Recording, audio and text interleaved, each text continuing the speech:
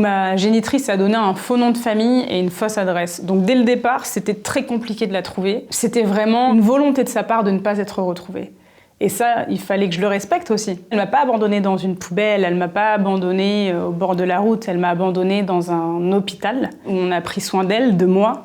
Donc elle a fait les choses, elle a essayé de faire les choses au mieux, si tu veux. Et cette femme, je lui dois la vie déjà pour commencer, et je dois lui dire merci, j'ai aucune haine si tu veux là-dessus.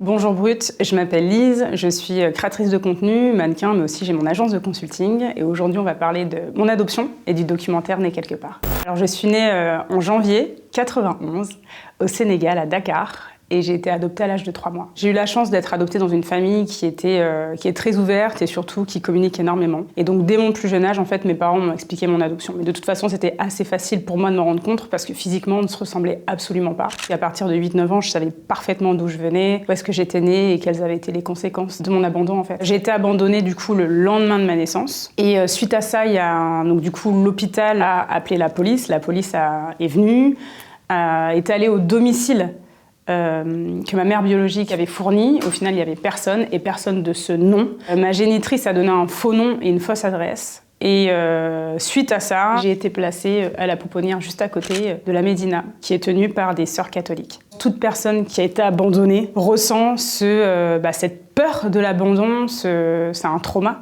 On a beau dire ce qu'on veut, les gens essayent de trouver des mots à chaque fois. Pour moi, c'est juste un trauma. À chaque fois, en fait, j'ai voulu prouver d'abord aux gens, après ça a été à moi-même, mais prouver que je pouvais exister, que j'avais le droit d'exister, que je pouvais faire des choses. Le besoin de briller, quand je faisais de l'athlétisme, il fallait que j'en fasse à fond, il fallait que je performe à fond. Le besoin en fait à l'extrême de prouver que j'avais ma place en fait. Et après avec l'âge, ça s'est un petit peu calmé.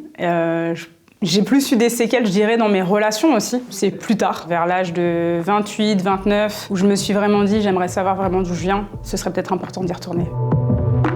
Il y a pas mal de femmes qui ressentent ce besoin-là, ce désir-là, en tous les cas, ce désir de maternité. On va dire que c'est à ce moment-là que je me suis dit, si je donne la vie, à un moment donné, il va falloir que j'explique à mes enfants d'où je viens, donc d'où ils viennent aussi un petit peu. Et c'est là que tout a commencé.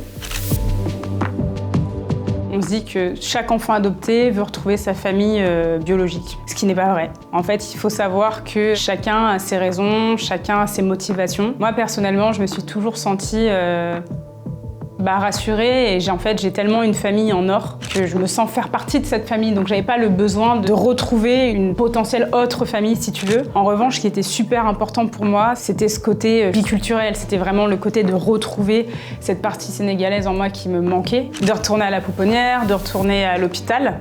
D'Abassène Dao, c'est là où je suis née. Déjà, dans un premier temps, je voulais aller à la rencontre de la culture sénégalaise, du peuple sénégalais. Il y avait aussi cette question de mon ethnie. Je suis d'origine Peul. Et ça aussi, je voulais en apprendre un petit peu plus sur eux, sur la langue, sur leur patrimoine. Ce voyage, il était primordial. Il était complètement vital pour moi d'y aller. J'avais besoin de compléter une partie du puzzle qui manquait. Et c'était pas qu'une petite partie, hein.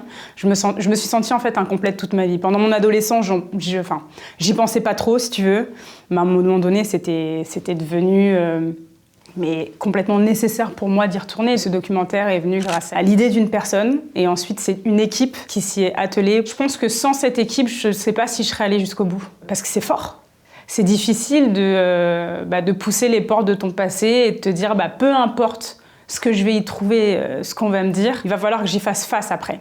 Avant le départ au Sénégal, c'est très simple, j'étais complètement terrorisée.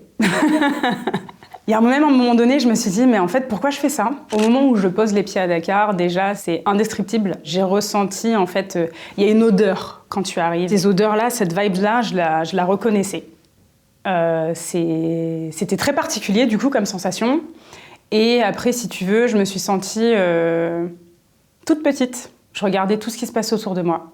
J'écoutais les gens, je regardais comment ils étaient habillés. Je me sens beaucoup plus complète, plus alignée. J'ai l'impression de ne plus me mentir, en fait. Avant, je disais, oui, je suis née au Sénégal, à Dakar. Mais au final, je ne savais pas à quoi ça ressemblait, le Sénégal. Là, au final, mine de rien, dans le cadre du tournage, on a beaucoup sillonné le Sénégal, si tu veux, donc on a vu pas mal de choses. Et je peux pas dire que je le connais, c'est pas vrai, mais je connais déjà un peu plus qu'avant. Et au-delà de ça, moi, j'ai envie d'y retourner pour faire du tourisme, pour voir mes amis sur place, et puis petit à petit, loin des caméras, reconnecter avec ce pays qui est celui de mes ancêtres au final.